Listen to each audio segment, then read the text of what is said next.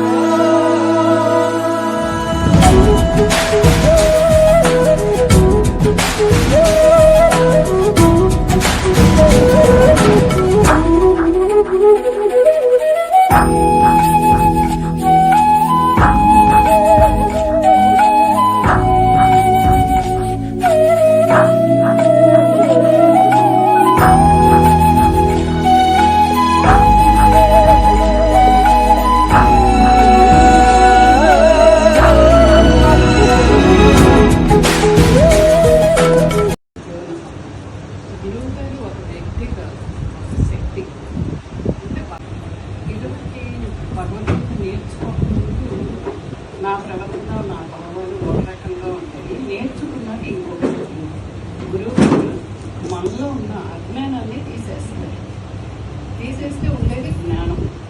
అది తెలియాలి అంటే లైట్ హౌస్ అని చెప్పి లైట్ హౌస్ దగ్గరికి తీసుకెళ్తాం. కుడివైపా ఎడవైపా మన బుద్ధితో మనం నిర్ణయించాం. సంసార సంద్రాన అజ్ఞానికి మిగిలాను, జ్ఞానమనే తెడ్డు వేయరా, ఒడ్డు చేర్చి నన్ను ప్రోవరా. అది నాకు పట్టేసింది బాగా. ఆ వ్యక్తి మనకి అందరికీ మనం నేర్చుకోవాలని చెప్తాను. కోసం మీరందరూ అదే ఫీల్ అవుతారో తెలిసి. ఆ జ్ఞానం అనే తెడ్డు మేడం మనకి వేశారు. వస్తువు మీద మనం ఎంత భ్రమపడాలి, ఎంత అడక్కర్లేదు, న్యాయం అన్యాయం, సత్యం అసత్యం, ఇవన్నీ మొత్తం ఇవన్నీ మనం నేర్చుకుని మనం ఎంత కంట్రోల్ ఉండాలి, ఎక్కడ ఉండాలి, ఎక్కడ ఇచ్చేయాలి, దేన్ని తీసుకోవాలి, దేన్ని వదిలేయాలి, మనం గురుగారి ద్వారానే మనకు తెలిసింది. అంతవరకు కూడా ఏదో పుస్తకం చదువుకున్నాం కానీ తెలియలేదు. అంటే ముఖ్యంగా ఏంటంటే మనం మన లైఫ్ని ఎలా లీడ్ చేయాలి. ఓకే, ఇప్పుడు ఎంత ఏజ్ వచ్చిన తర్వాత మేబీ 70 years దాటిన తర్వాత తెలుసుకుంటాం అనేది కొంచెం లేట్ అయినా కూడా కనీసం ఉన్న లైఫ్ కన్నా సరే అది తప్పకుండా అది పరమార్థం జరుగుతుంది. అది గురించి కాకుండా అంటే మన గురించి కాకుండా ఆత్మ గురించి ఎప్పుడైనా ఆలోచించాము. ఆత్మ గురించి ఎప్పుడైనా ఆలోచించాలి అంటే ముందు మన కోరికలు పోవాలి. ముందు కోరికలు ఉన్నంత కాలం మనం ఏంటో తెలుసుకోలేము. సో దానికి మనకి చాలా మార్గాలు చెప్పారు గురుగారు. అంటే అప్పుడు శ్రేయ మార్గం అని చెప్పారు, ప్రియ మార్గం అని చెప్పారు, లైట్ హౌస్ అని చెప్పారు, అలాగే టార్చర్ ఎగ్జాంపుల్, ఆఫీస్ ఎన్నో. అసలు గురువు గారు ప్రతిరోజు శ్లోక అర్థం వింటే 45 minutes అయినా కూడా అసలు ఎక్కడ కూడా మనకి డిస్టర్బెన్స్ ఎక్కడ మనసు డైవర్షన్ అవ్వదండి. అంత ఇదిగా విమర్శ అయిపోతాం అదే తాత్పర్యం వింటా ఉంటే. కానీ మనం ఎప్పుడూ కూడా చెప్పినట్టు శ్రవణం మనను నిధి ధారణ. మరి ఇంత మంచి మంచి మాకు జ్ఞానాన్ని అందించిన గురువు గారికి మేము ఇచ్చిన రుణం తీసుకోలేము. కానీ ఒక్కడుందండి, మోక్ష సన్యాస యోగంలో 68వ శ్లోకంలో భగవానుడు ఒకటి చెప్తారు. ఎవరైతే భక్తి శ్రద్ధలతో భక్తులకి ఈ గీతా మహత్యాన్ని, గీతార్థాన్ని, భగవంతుని ఎవరైతే బోధిస్తారో వారు పరమపదంలో మోక్షాన్ని పొందుతారని చెప్పారు భగవంతుడు. అది మన గురువు గారు. అది మనంతమంది నేర్పుతున్నారంటే అది చెప్తుంది గురువు గారికి చెందుతుంది. సో ఇంత మంచి మంచి మంచి అవకాశాన్ని ఇది ఒక్కడే బ్యాచ్ కదా, ఎన్నో బ్యాచ్లు చెప్తున్నారు. సో ఇంత కార్యక్రమాలు చేసిన గురువు గారికి ఇంకొకసారి మనస్ఫూర్తిగా ధన్యవాదాలు తెలుపుకుంటాను. నమస్కారం. నేను భగవద్గీతకి రాకముందు నాలో ఉన్న ప్రవర్తన, తర్వాత నాకు వచ్చిన చేంజ్ అనేది మాత్రమే నేను చెప్పగలను. మిగతా విషయాలు నాకు చెప్పడం అయితే రాదు. అంతకుముందు నాకు అంత పేషెన్సీ ఉండేది కాదు, కోపం అయితే ఉండేది. కానీ భగవద్గీతకు వచ్చిన తర్వాత అది శ్లోకాలు నేర్చుకున్నాక ఒక రకమైన ఆనందం, నాకు మానసిక ప్రశాంతత అయితే కొంచెం వచ్చింది. పూర్తిగా అది మనసులో ఆందోళన పోయిందంటే నేను చెప్పలేను. కానీ గురువు గారి మాట విన్నప్పుడల్లా నాకు ఒక తెలియని అనుభూతి, ఒక మనసు చాలా హాయిగా ఉండడం, అది చాలా బాగుంది. ఒక సమస్య వస్తే దాన్ని ఆలోచించే విధానంలో మార్పు వచ్చింది నాకైతే. ఎప్పుడు ఒకలాగా ఆలోచించింది, నేను చేస్తున్నాను ఇలా అంటే ఎలాగా, అలా అంటే, కానీ నేను ఎలా ఏ విధంగా వాళ్ళు అన్నదానికి నేను ఎలా రియాక్ట్ అవుతున్నాను అన్నది ఇప్పుడు కొద్దిగా ఆలోచించగలుగుతున్నాను. పూర్తిగా న్యాయం అయితే చెయ్యట్లేదు కానీ కొంచెం ఆలోచన అయితే వస్తుందండి. కానీ ఇంకా ఎన్నో చెప్పాలనుకున్నాను కానీ నోట్లోంచి మాట అయితే రావట్లేదు. హాస్పిటల్ అంటే కొంచెం ఒక రకమైన భయం వచ్చింది. అంటే కొన్ని పరిస్థితులు మా మదర్తో ఫేస్ చేశాను, మా అమ్మగారితో. అప్పుడు ఇంకా హాస్పిటల్ చూస్తే వణుకు. తర్వాత కంపల్సరీ హాస్పిటల్కి వెళ్ళాలంటే మా వారు ఉండాలి, లేకపోతే ఎవరొకరు తోడు ఉండాలి. కానీ భగవద్గీత జాయిన్ అయ్యాక నేను ఇప్పుడు ఒకదాన్నే వెళ్ళగలుగుతున్నాను. నేను ఒకసారి ట్రీట్మెంట్ చేయించుకోవాలన్నారు డాక్టర్ గారు. అప్పుడు చాలా భయపడ్డాను. అప్పుడు నాకు మత్తు ఇచ్చేసారనమాట. ట్రీట్మెంట్ చిన్నదే కానీ నాలో భయాన్ని చూసి అలా చేశారు. కానీ తర్వాత భగవద్గీత నేర్చుకుని కొంచెం గురువు గారి మాటలు విన్న తర్వాత రెండోసారి కూడా నాకు కొంచెం ట్రీట్మెంట్ చేయాల్సి వచ్చింది. అప్పుడు కూడా ఇలాగే చెయ్యాలి అన్నారు. కానీ ఫస్ట్ టైంకి సెకండ్ టైంకి నాలో ఉన్న చేంజ్ ఏంటంటే నేను మత్తు లేకుండా నాకు డాక్టర్ గారు నువ్వు ఇదివరకటి ఇప్పటికీ నీలో చాలా చేంజ్ వచ్చిందమ్మా, నువ్వు ధైర్యంగా ఉన్నావు, ఏం పర్లేదు, నువ్వు చేయించుకోగలవని ధైర్యం చెప్పి ఆవిడ నాకు చేశారు. కానీ అప్పుడు కూడా నాకు గురువు గారు మాటలేనండి మైండ్లో. నాకు అంతా గురువు గారు అంతే. నాకు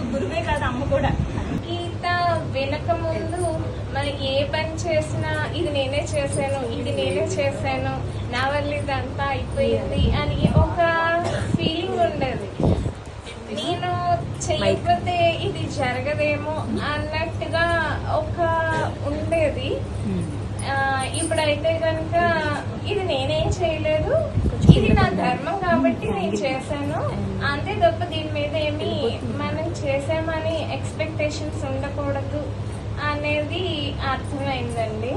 అది కొంచెం మారింది నా ఆలోచన విధానం అనేది. జీవితాన్ని చూసే కోణాన్ని మార్చుకోవడమే అని చెప్పేసి అర్థమవుతుందండి.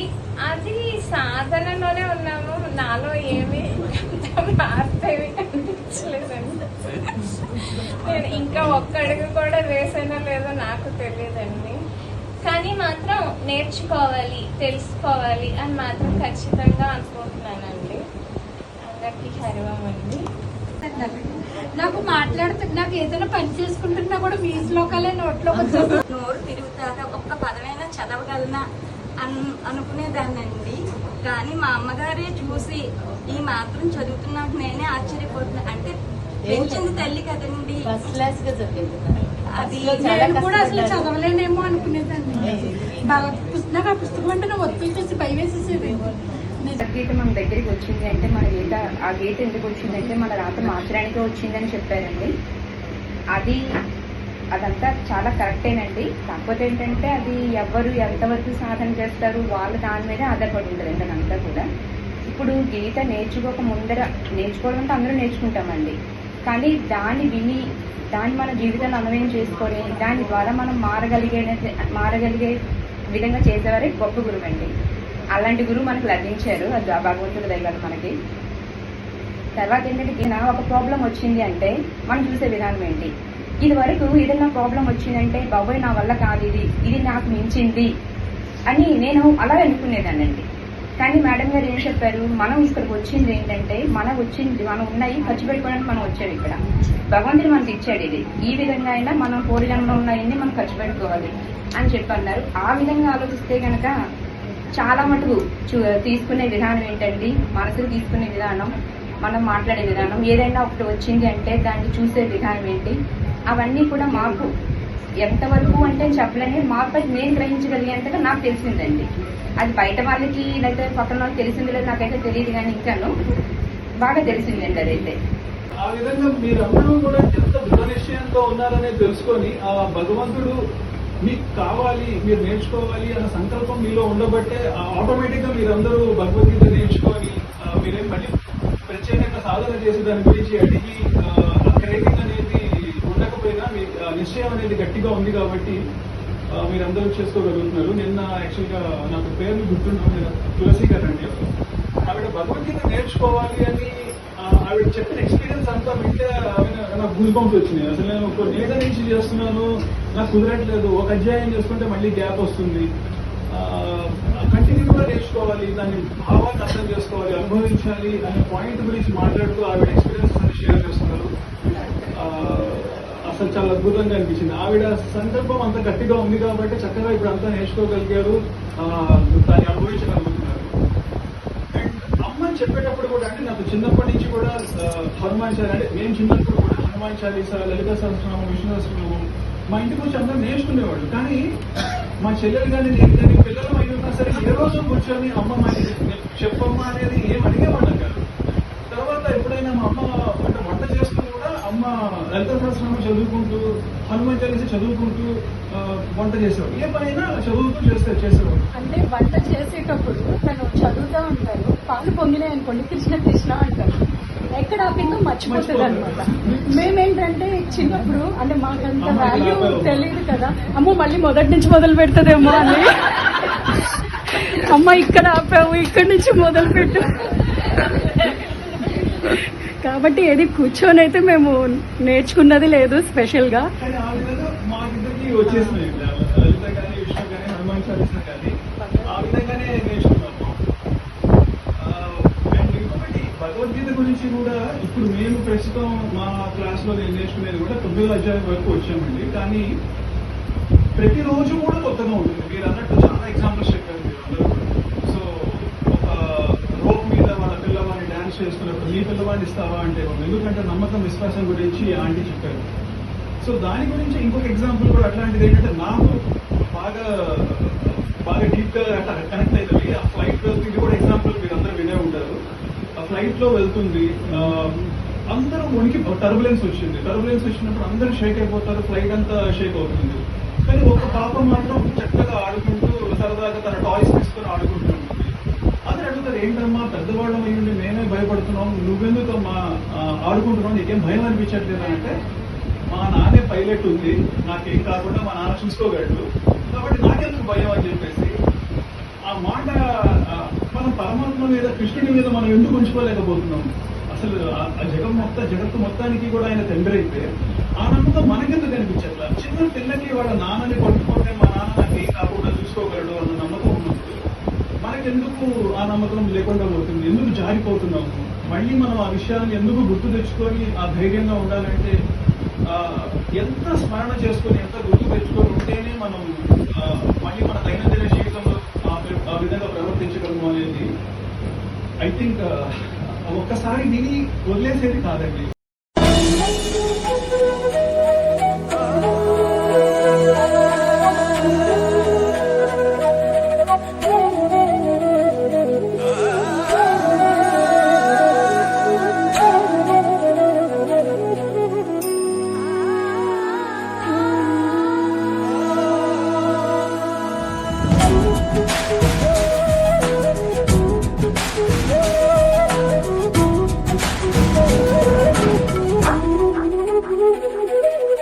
Thank you.